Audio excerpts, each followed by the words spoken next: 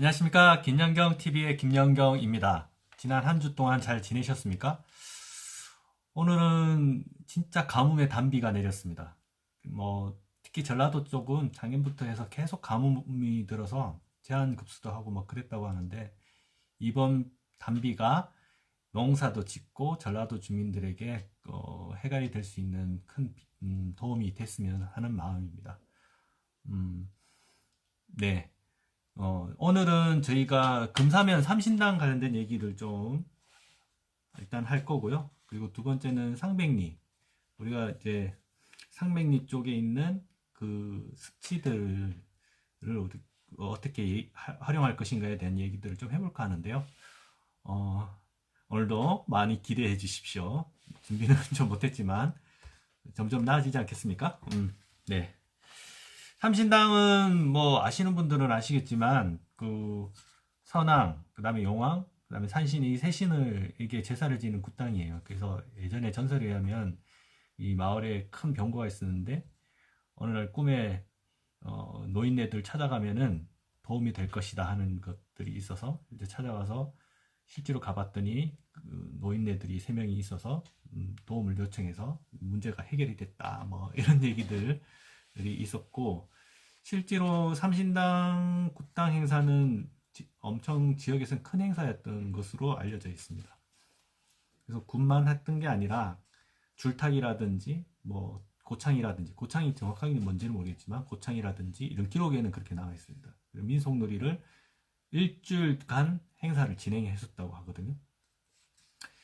어쨌든 문화가 컨텐츠인 시대에 금사면 일대에 그런 그 삼신당이라는 굿당이 있고 굿당의 행사, 굿 행사가 있었다는 것들은 우리가 아는 바인데, 이것을 지역의 어떤 문화로 승화 발전시킬 수 있는 부분이 뭔지 이런 고민을 이제는 해야 되지 않을까 하는 생각이 듭니다.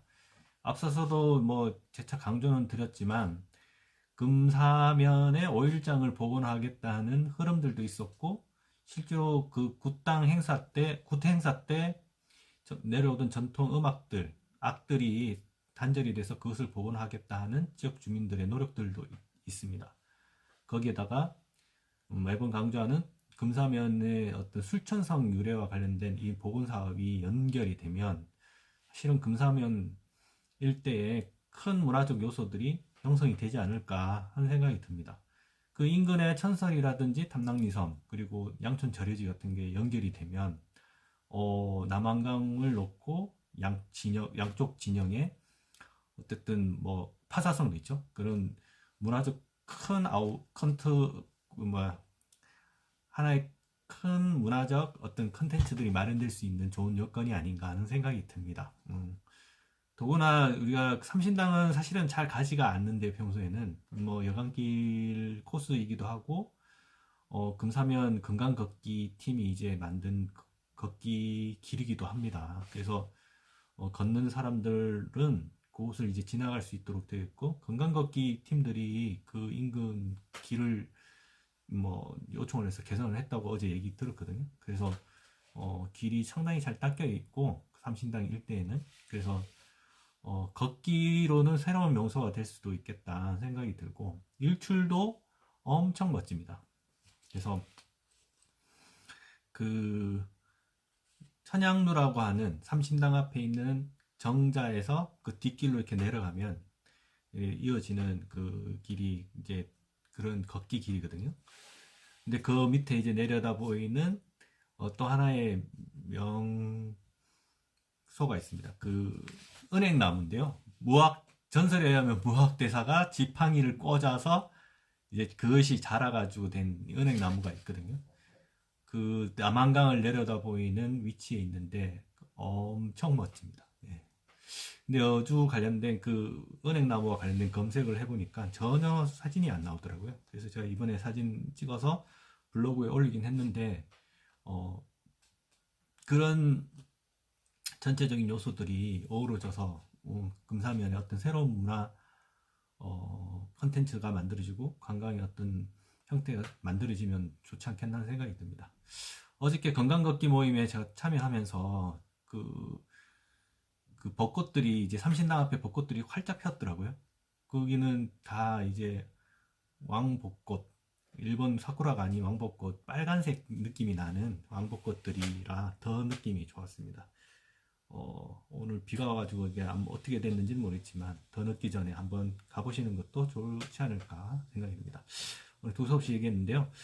다시 정리해드리면 삼신당을 축으로 해서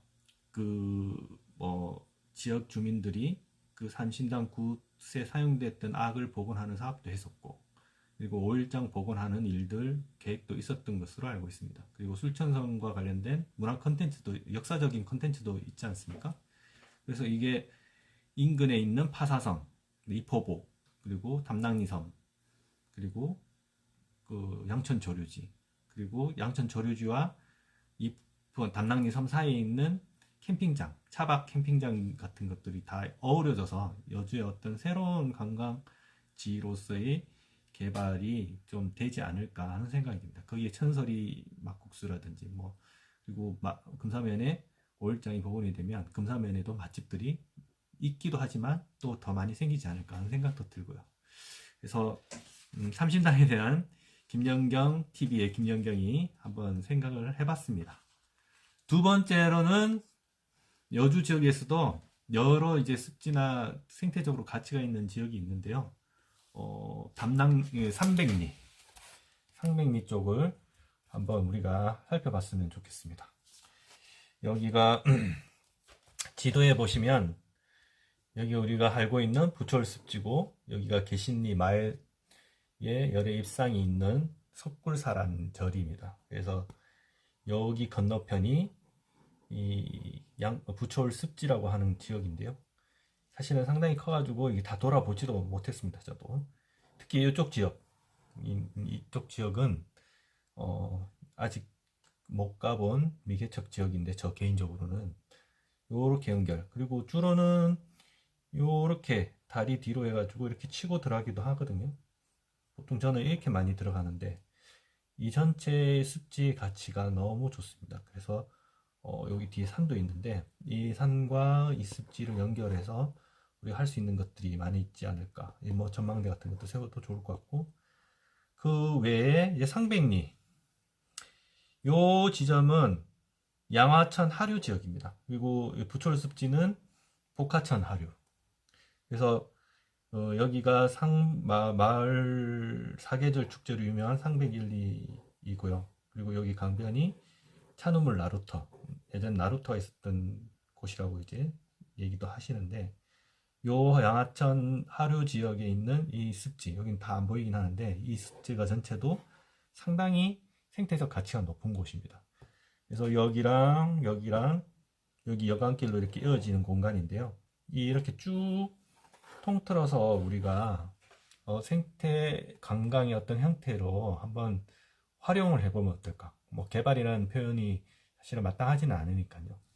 그리고 더 주목될 지점이 여기 개신리 쪽, 마을 인근에 붙어 있는 요 습지랑 그 다음에 요 뒤에 있는 요 개신리 습지도 제가 가봤지만 삭은 직접 보지는 못했지만 삭동이라든지 맹금류들이 날아다니는 것들을 제가 목격하기도 했습니다. 고라니는 말할 것도 없이 많이 있고요. 그래서 더 우리가 연구를 하거나 조사를 해보면 상당히 뭔가 많이 나올 수 있는 공간이 아닐까 생각이 듭니다. 특히 복하천 하류와 양화천 인근에 이제 수생태계, 물속에 있는 생물들에 대한 조사들도 이루어지면 연천 또 가치 있는 또 다양한 체험을 할 수 있는 공간으로도 우리가 활용할 수 있을 것이라고 봅니다.